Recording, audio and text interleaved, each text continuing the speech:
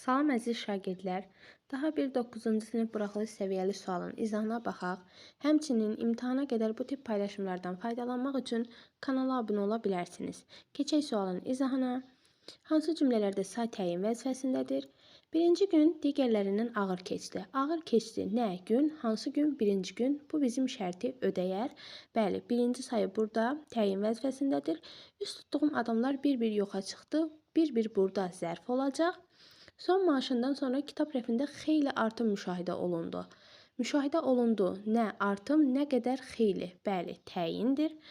Onun çoxlu arzusu var idi ki, reallaşmayıb. Onun arzusu. Üçüncü növ təyin söz birləşməsinin ortasında olduğuna görə təyin olmayacaq. 10-cu siniflər. Növbə sizindir. Burada da xitabdır. Xitab da cümlə üzvü vəzifəsində çıxış etmir. 1, 3 cavab olar A.